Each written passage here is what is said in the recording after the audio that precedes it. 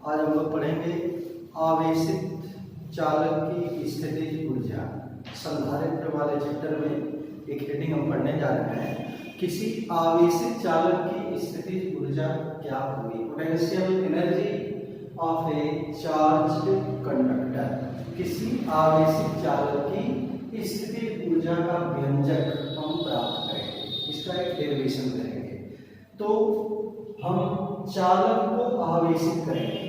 अगले दिन हम पढ़े थे कि यदि एक चालक ले लिया जाए, ये इस तरह का एक चालक लिया जाए और किसी वैद्युत स्रोत से इसको आवेश दिया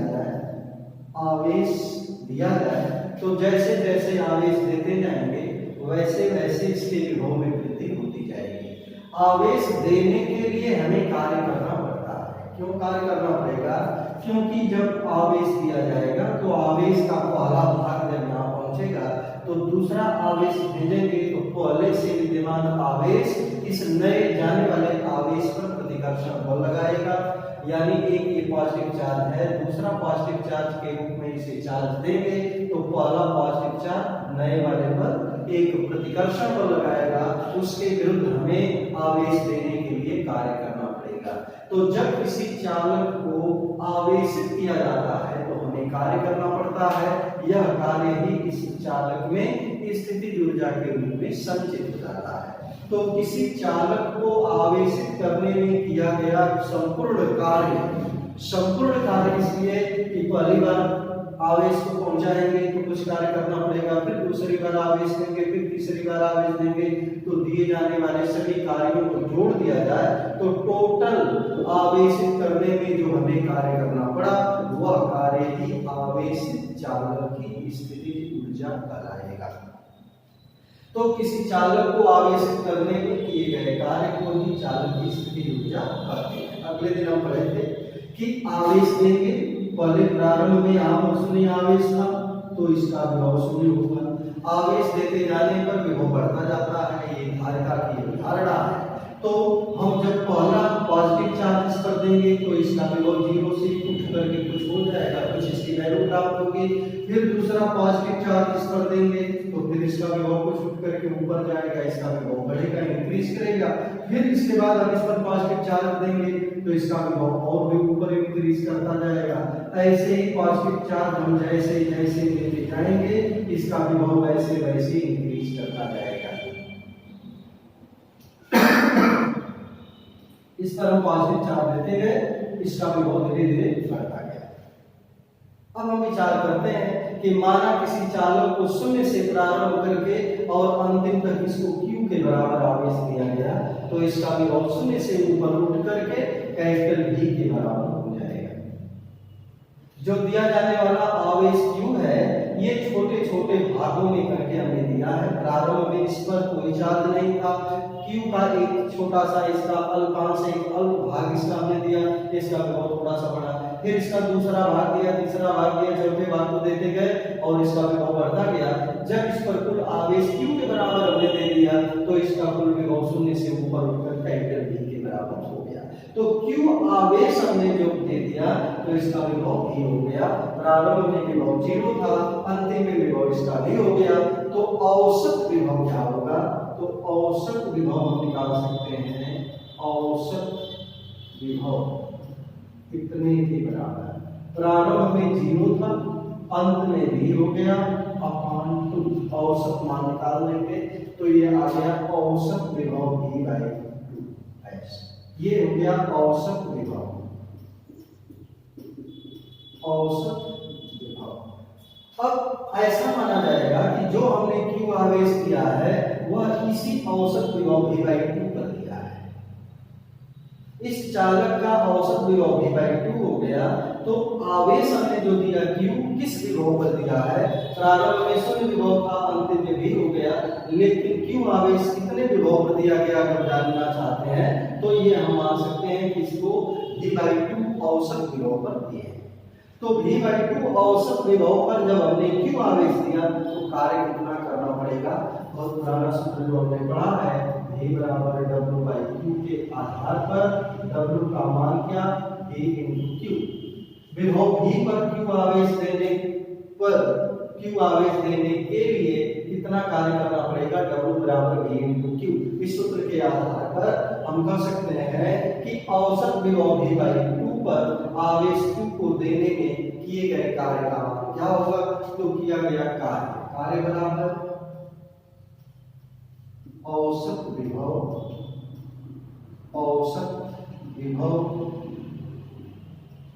गुणे आवेश।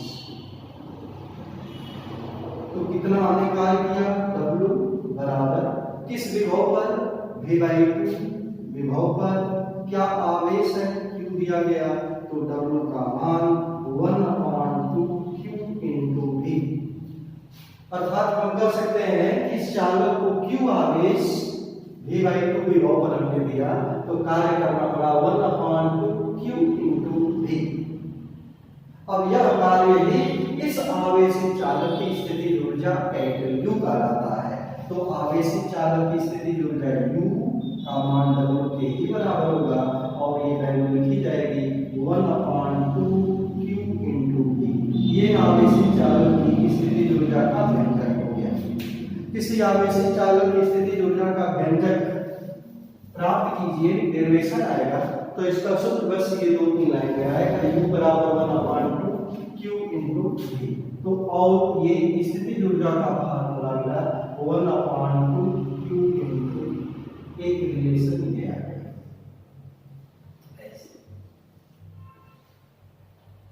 हम पढ़े हैं कि यदि इस चालक की धारिता C के बराबर मानी जाए तो Q की वैल्यू C इंटू V लिखी जा सकती है।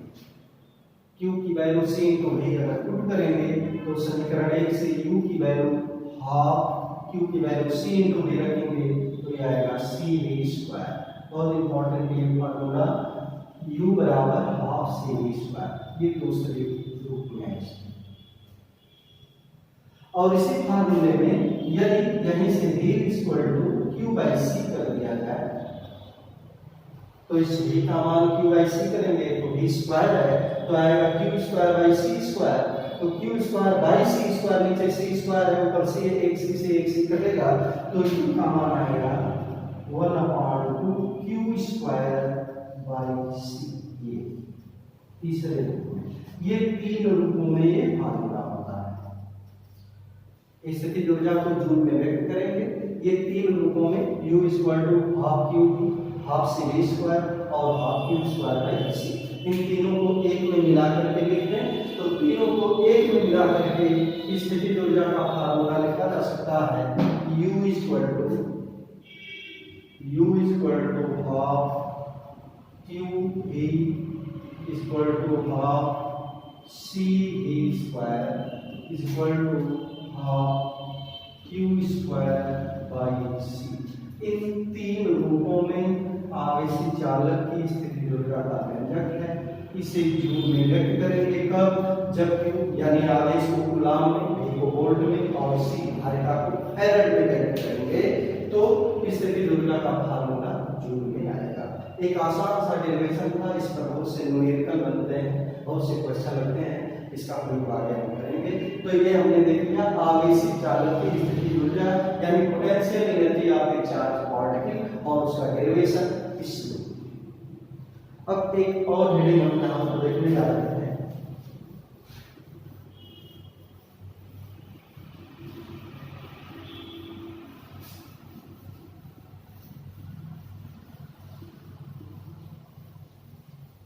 एक हेडिंग हम देखेंगे यहाँ पर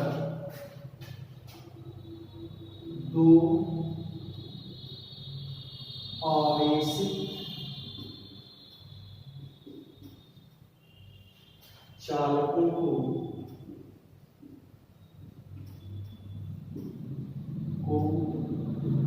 जोड़ने पर उनके बीच आवेशों का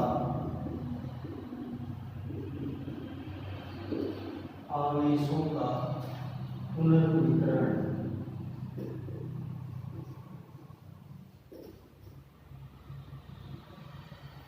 आवेशों का पुनर्वितरण रीडिस्ट्रीब्यूशन ऑफ चार्जेस, और इसी में हम पढ़ेंगे उभयनिष्ठ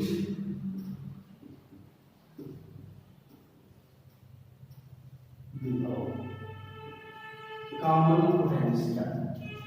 ये चीज एक अच्छे ग्रेडिंग्स में दो आवेशित चालकों को जोड़ने पर यदि दो चालक आवेशित हो, उनको परस्पर जोड़ दिया जाए एक चालक तार के द्वारा, तो उन पर आवेशों का पुनर्वितरण होगा, अर्थात एक चालक से दूसरे चालक पर आवेश का आना जाना होगा। तो ऐसी कंडीशन में हमें उस पुनर्वितरित आवेश की मात्रा इत्यादि पर कुछ डेरिवेशन हम देखेंगे, सूत्र देखेंगे, और फिर उभयनिष्ठ विभव की बात भी करेंगे। तो यहाँ पर हम दो चालक की बात करते हैं। यहाँ दो चालक लेते हैं, एक चालक ए और दूसरा चालक बी। ये दो पृथक चालक यानी अलग अलग ये चालक रखे हैं, ऐसे रखे हुए हैं कि ये चालक की धारिता इस दूसरे चालक की धारिता से प्रभावित नहीं होती है, यानी ये अलग अलग ये दोनों रखे हुए हैं। ऐसे हमने मान लिया, ऐसे स्टैंड लगा करके हमने दो चालकों को रख लिया, ए और बी इनके नाम है, ये दो चालक। तो माना दो पृथक चालक ए और बी, चालक ए की धारिता C1 है, चालक बी की धारिता C2 है। जब चालक ए को आवेश Q1 दिया गया तो इसके विभव में वृद्धि V1 हो गई। जब दूसरे चालक बी को आवेश Q2 दिया गया तो इसके विभव में वृद्धि V2 हो गई। आवेश देने पर विभव बढ़ता है, तो हमने माना धारिता C1 वाला जो कोई चालक या कोई चालक है जिसको Q1 आवेश देते हैं तो इसके विभव में वृद्धि V1 होती है। तो इस आधार पर Q1 की वैल्यू लिखी जा सकती है, Q1 बराबर C1 इंटू V1। दूसरा चालक जिसकी धारिता C2 है, इसे Q2 आवेश देने पर विभव में वृद्धि V2 होती है, तो लिखा जा सकता है Q2 is equal to C1 C2 C2 V2। ये दोनों पर आवेश की प्रारंभिक मात्रा है, इस पर प्रारंभ में आवेश Q1 है और इसका प्रारंभ में आवेश Q2 है, धारिता C1 C2 और इनके विभव V1 और V2 है।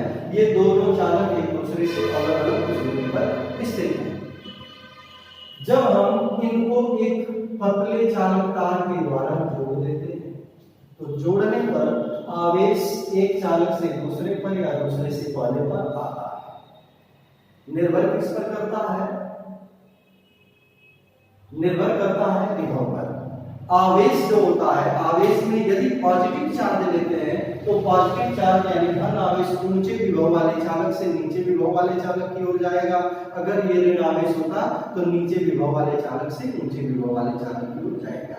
तो हमने माना कि धन आवेश है और धन आवेश ऊंचे विभव वाले चालक, हमने मान लिया, ऐसा मान लेंगे कि पहला जो चालक है उसी का विभव अधिक है, तो पहले चालक पर आवेश जो Q1 है ये दूसरे चालक की ओर जाना शुरू करेगा। ऐसा हमने मान लिया कि दोनों चालकों के विभव अलग अलग हैं और V1 का मान अधिक है V2 से, तो पहले चालक से आवेश किस आवेश की ओर जाएगा? दूसरे चालक की ओर जाएगा। तो यहाँ से आवेश इधर की ओर जाना शुरू करता है। ये कब तक जाएगा? ये विभव पर निर्भर करता है, जब तक दोनों का विभव बराबर न हो जाए। जब दोनों चालकों को एक पतले चालक तार के द्वारा जोड़ देते हैं तो आवेश पहले चालक यानी ए से दूसरे चालक बी की ओर तब तक जाएगा जब तक दोनों का विभव एक समान न हो जाए। ऐसे एक समान विभव को उभयनिष्ठ विभव कहते हैं। जब दोनों का विभव एक समान हो गया तो वह विभव उभयनिष्ठ विभव कहलाएगा। तो जब तक दोनों का विभव समान नहीं हो जाएगा, एक चालक से दूसरे चालक की ओर आवेश जाएगा। धन आवेश ऊंचे विभव से नीचे विभव की ओर और ऋण आवेश नीचे विभव से ऊंचे विभव की ओर जाएगा, जब तक कि दोनों का विभव एक समान न हो जाए। माना ये उभयनिष्ठ विभव कैपिटल V के बराबर है, तो अब कैपिटल V के बराबर विभव इसका भी हो गया और कैपिटल V के बराबर विभव इसका भी हो गया। तो जानना चाहते हैं कि अब इस पर नया आवेश क्या है। पहले आवेश Q1 था, कुछ आवेश यदि इसमें से इसमें चला गया तो अब इसमें आवेश की मात्रा बदल गई, तो पहले चालक A पर नया आवेश क्या आ गया, हमने माना पहले चालक पर नया आवेश अब हो चुका है Q1 डैश और दूसरे वाले चालक पर आवेश हो गया है Q2 डैश। Q2 डैश तो Q1 डैश की वैल्यू क्या होगी और Q2 डैश की वैल्यू क्या होगी। तो Q1 डैश की वैल्यू निकालना चाहते हैं तो Q1 डैश की वैल्यू होगी धारिता C1 और विभव क्या है कैपिटल V। अब इसका भी विभव V है और इसका भी विभव V के ही बराबर है। तो Q1 डैश की वैल्यू C1 V और Q2 डैश की वैल्यू C2। आवेश वही है जितना पहले था उतना अब भी है। पहले कुल आवेश Q1 प्लस Q2 था, अब आवेश Q1 dash plus Q2 dash है। इस पर से इस पर आवेश आया, इस पर से इस पर आवेश संरक्षण का नियम कहता है आवेश उत्पन्न होता नहीं है, जितना पहले था उतना अब भी है। तो अब ये आवेश ऐसे रूप में आ गए। यदि इनको समीकरण 1 और 2 मान करके इनमें भाग लगा दिया जाए तो यह आएगा Q1 dash upon Q2 dash is equal to V से ये कैंसिल होगा C1 अपॉन C2।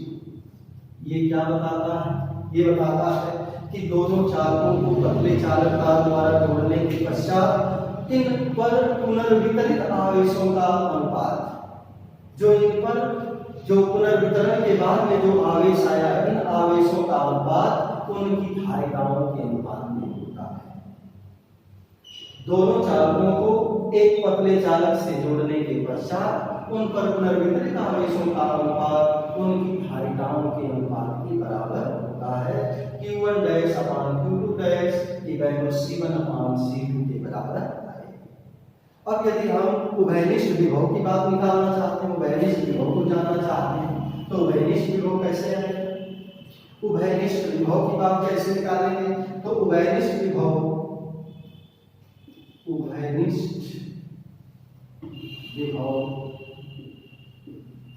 बराबर फार्मूला में V equal to Q by C, Q बराबर C इंटू V से, तो Q बराबर C इंटू V, तो V बराबर Q बाई C। Q माने आवेश, C माने धारिता। उभयनिष्ठ विभव क्योंकि दोनों के लिए है तो उभयनिष्ठ विभव बराबर ऊपर आवेश है तो यहाँ लिख देंगे कुल आवेश, दोनों में मिलाकर कुल आवेश बटे नीचे कुल धारिता, कुल धारिता। तो उभयनिष्ठ विभव को कैपिटल V से रिप्रेजेंट करेंगे। कुल आवेश कितना, कुल आवेश है Q1 प्लस Q, तो कुल आवेश Q1 प्लस Q2 अपान कुल धारिता C1 प्लस C2। इसका फार्मूला ये भी प्रयोग हम कर सकते हैं। Q1 की वैल्यू जानते हैं C1 V1, Q2 की वैल्यू C2 V2, तो हम V की वैल्यू चाहे तो लिख सकते हैं V equal to C1 V1 plus C2 V2 upon C1 plus C2। इसका प्रयोग आगे हम लोग करेंगे। ये उभयनिष्ठ विभव है, इसकी कोई इक्वेशन बनाने की बहुत जरूरत है नहीं, तो इसको हम हटा देते हैं और उभयनिष्ठ विभव का ये फार्मूला नोट करके अपने पास रखेंगे। इसका आगे हम लोग प्रयोग करेंगे। तो उभयनिष्ठ विभव का फार्मूला आ गया equal to Q1 plus Q2 upon C1 plus C2 या C1 V1 plus C2 V2 upon C1 plus C2। ये उभयनिष्ठ विभव, इसको हम इक्वेशन फर्स्ट बनाएंगे। अब इसके आगे स्थानांतरित आवेश की मात्रा निकालेंगे। तो स्थानांतरित आवेश की मात्रा क्या होगी ये जानना चाहेंगे कि इस पर से इस पर जो आवेश गया है तो कितने के बराबर आवेश गया है। स्थानांतरित पुनर्वितरण के पश्चात स्थानांतरित आवेश की मात्रा, स्थानांतरित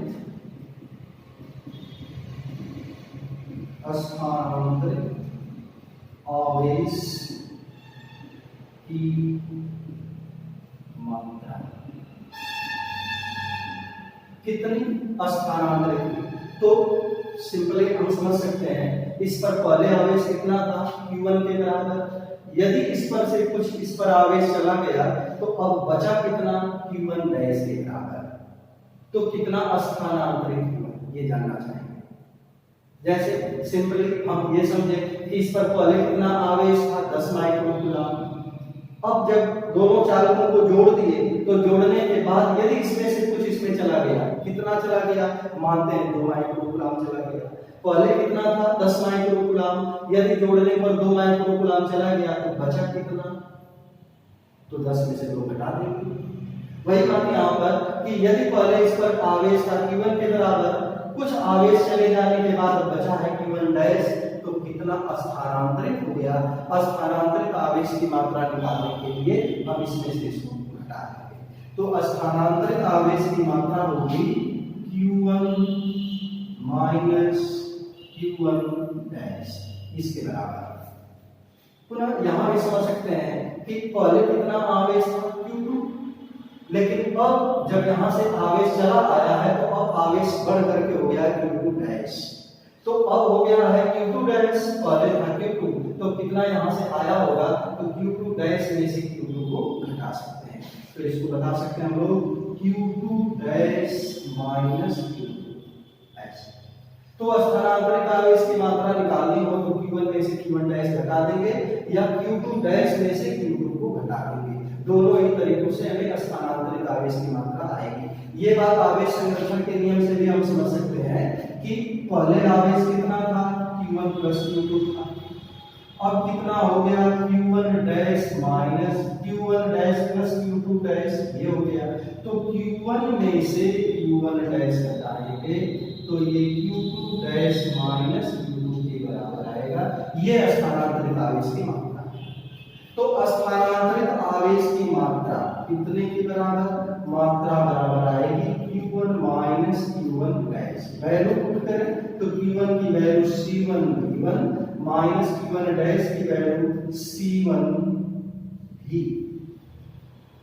Q1 डैश की वैल्यू C1 V, इसमें से C1 का मान क्या आएगा, V1 माइनस V।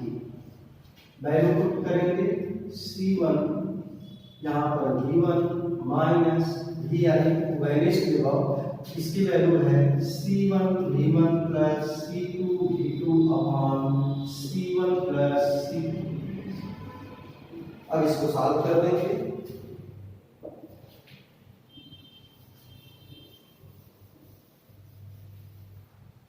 इसको सॉल्व करेंगे इक्वल टू स्थानांतरित आवेश की मात्रा बराबर, इसको सॉल्व करेंगे C1 ब्रैकेट में मल्टीप्लाई करेंगे C1 C2 का, C1 प्लस C2 का V1 में गुणा, तो C1 V1 plus C2 V1 minus, ये माइनस में C1 V1 minus C2 V2 upon C1 plus C equal to, ये C1 V1 से कैंसिल होगा, C2 में से कॉमन मिलेगा तो ये आएगा C1 C2 पोस्ट में V1 minus V2 upon C1 plus C2। ये है स्थानांतरित आवेश की मात्रा। तो रीडिस्ट्रीब्यूशन ऑफ चार्जेस और कॉमन पोटेंशियल हमने देखा, दो चालकों को जोड़ते हैं तो जोड़ने पर उनमें वैनिश विभव क्या है, उसका फार्मूला कुल धारिता बटे में कुल आवेश बटे में कुल धारिता के रूप में, और इस फार्मूले के रूप में हमने वैनिश विभव की वैल्यू ज्ञात किया और स्थानांतरित आवेश की वैल्यू हमने ज्ञात किया। अगले दिन हम पढ़ लेंगे कि जब दो आवेशी चालक एक दूसरे से जुड़े हैं तो उनमें ऊर्जा का ह्रास कितना होता है, अर्थात एक चालक से दूसरे चालक पर जब आवेश जाएगा तो इससे ऊर्जा में कितना ह्रास होगा। एक डेरिवेशन इसका कल लिख लेंगे।